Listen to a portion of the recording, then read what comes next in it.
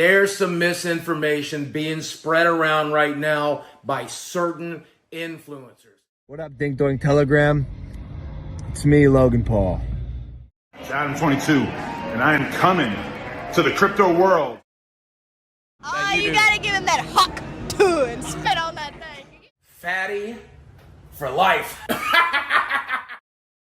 In recent years, cryptocurrencies have definitely seen an increase in their popularity. However, the opinion of general public on cryptocurrencies is still negative. Take this McDonald's worker, for example. Back in 2019, he said, "I'm not a fan of Bitcoin and other cryptocurrencies, which are not money." And then in 2021, he even told Fox Business, "It just seems like a scam." And yet, you see influencers coming out with their own project.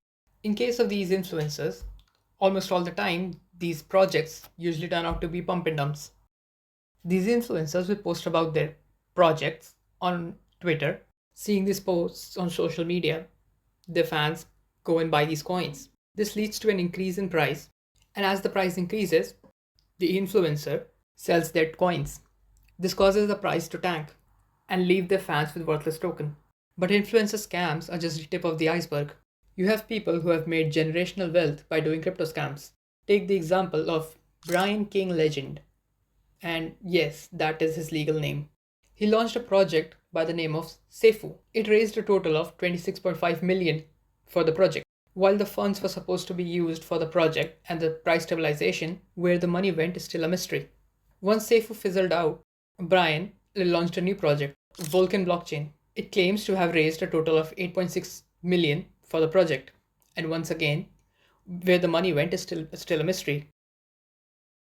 I mean, Mr. Legend here would not use this money on himself, right?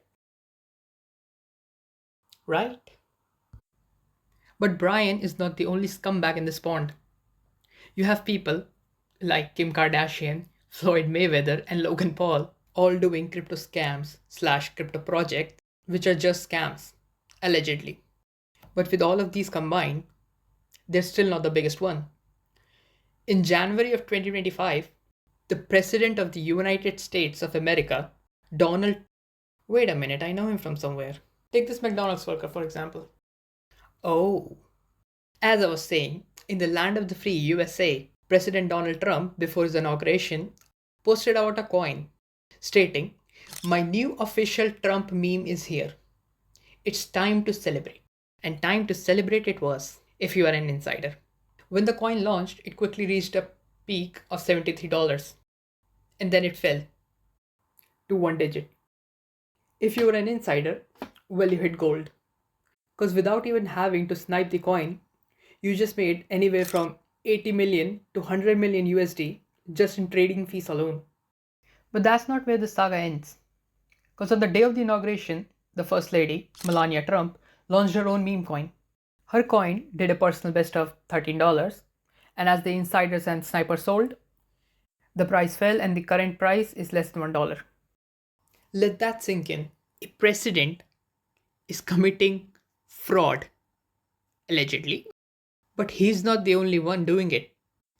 Cause just 1 month later, a new project was launched by the name of Libra, not to be confused with Libra.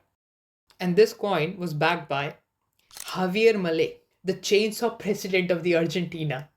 On February 14th, he put out a tweet stating, "This private project will be dedicated to encouraging the growth of Argentinian economy," whatever that means. But a few hours later, this post was deleted and Milei released a new tweet stating he was unaware of the details of the project. However, this tweet was a little too late, because by then, the coin Libra has lost almost 80% of its value by then.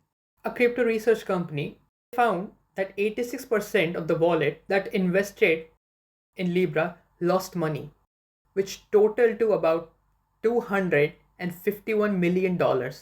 And for the wallets that were profitable, they gained a total of $180 million. At this point, let's talk about Hayden Davis. After the dump, Hayden found himself getting backlash and $100 million in his possession, which were made through the rug pull. In response, he laid out his plan to refund people by dumping the money back into the chart. Which, if you think about for more than a minute, you'll figure out that it helps the insiders because they know when the money is going to be dumped back into the chart. And then he went and gave an interview to a YouTuber, Coffeezilla, which was very stupid of him, but who cares at this point? During the interview, he confessed to sniping his own project, and when asked if it was wrong to snipe his own project, he responds with, But if you launch the coin, isn't it unfair for you to snipe the coin?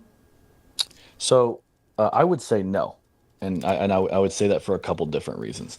From the standpoint of sniping, most of the time when we're sniping, we're attempting to avoid other snipers getting in.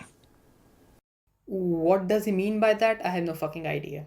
In the interview, he defends himself by saying this was just a meme coin, which is very different from what the president of Argentina said. He also refuses to take any blame, saying that it was Malay's team's fault that the coin failed. During the interview, when asked if people should be refunded, he had this to say. Like, whether I refund people, they're still going to be fucking pissed, right? Refund people on a meme coin, which sounds insane. Or I inject back. Okay, so no one gets refunded, right? Well, that's fair, I guess. Well, let's introduce a new player.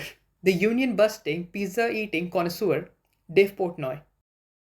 Dave here was in talks with the Libra team to tweet about the coin, and in return, he would be allocated some coins. The deal didn't go through, but when the coin launched, he himself invested $5 million, which he lost. And when he went and bitched about this to our good friend Hayden here, Hayden refunded him. So you get refunded if you're rich, and you don't get refunded if you're poor. Hey, that's just life, I guess. Although Hayden might seem the most evil fucking person here, he is not the only one. The entire crypto industry is filled with people like Hayden Davis.